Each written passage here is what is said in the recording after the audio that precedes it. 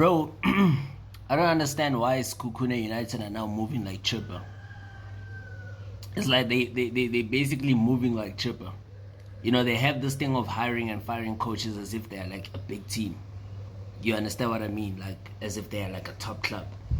Yes, I understand they have been doing well in recent seasons. I mean, they made it to the final of the Nedbank Cup.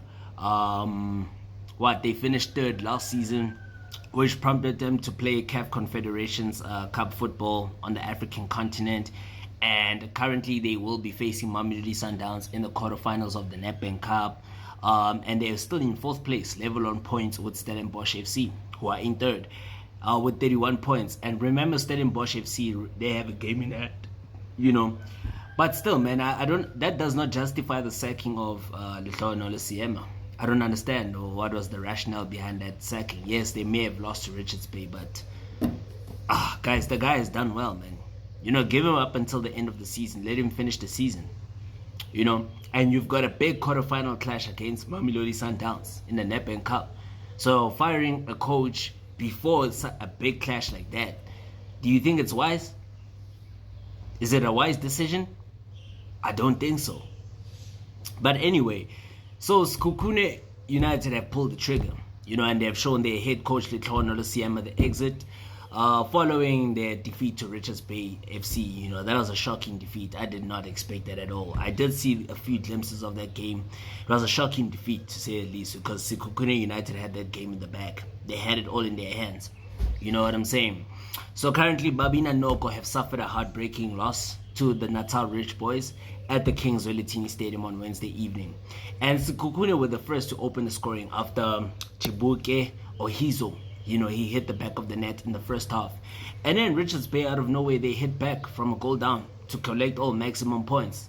You know, with goals from Fezi Lekaba and as well as a last-minute free kick from Thabiso Kutumela.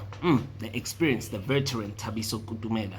Again, Thabiso Kutumela, another player who's actually great. He's actually more suited for, you know, smaller teams, not big clubs. You know, but he's a great player nevertheless, but he's more suited for clubs of this caliber, like Richards Bay, Cape Town City, those kind of clubs.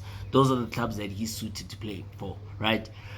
So furthermore, Seema, remember, he has been a speculation in the past few months, despite guiding Sekhukhune United to fourth place in the league so far this season with 31 points, under the guidance of former Orlando Pirates captain this season, Linda Mtambo Figo.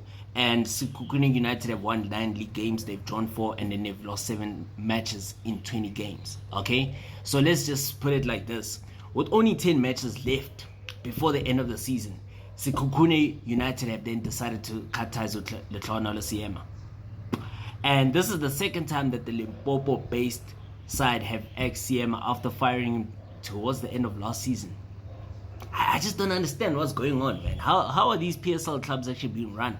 I mean, y'all are not big teams.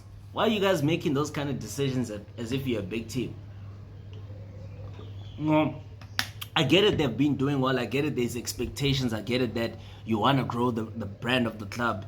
You want to reach a certain pinnacle. You want to reach a certain high, you know, in terms of, you know, pushing the club to actually be amongst the top clubs in the country or on the African continent. But this is not the way to do it.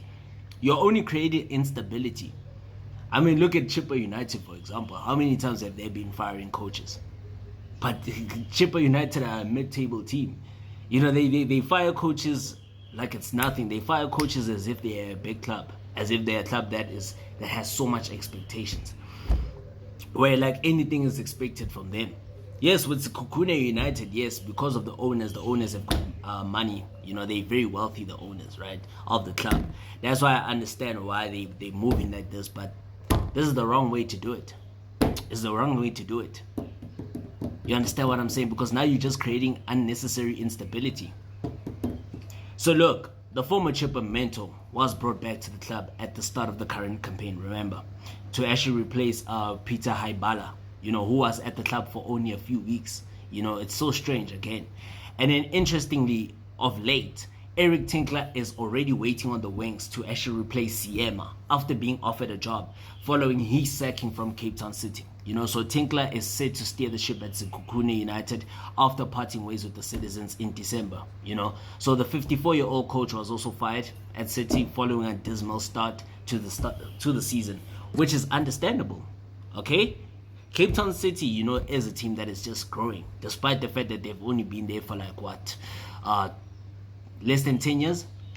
You know, so you can tell that this is a team that is still building. Whereas Sekhukhune are moving as if like they're a big team, but they've only been in the top flight for like a couple of seasons. And I mean, they've been doing fairly decent, in my opinion. You know, you understand, especially under the helm of Lehlohonolo Seema. And look, after even speaking on Tinkler, after the fact that he was fired at the Citizens, you know, they had to bring in Mushin Etegral to take over the coaching role for the remainder of the season. However, Mushin Etegral has also struggled to turn the corner at City, and they're sitting in 10th, you know, with only 22 points. So yeah, man, I'm surprised, man. I'm surprised at the sacking. It's shocking to me, man. I just don't understand it. It's shocking. But hey, we hope that they don't live to regret it. We just hope they don't live to regret it.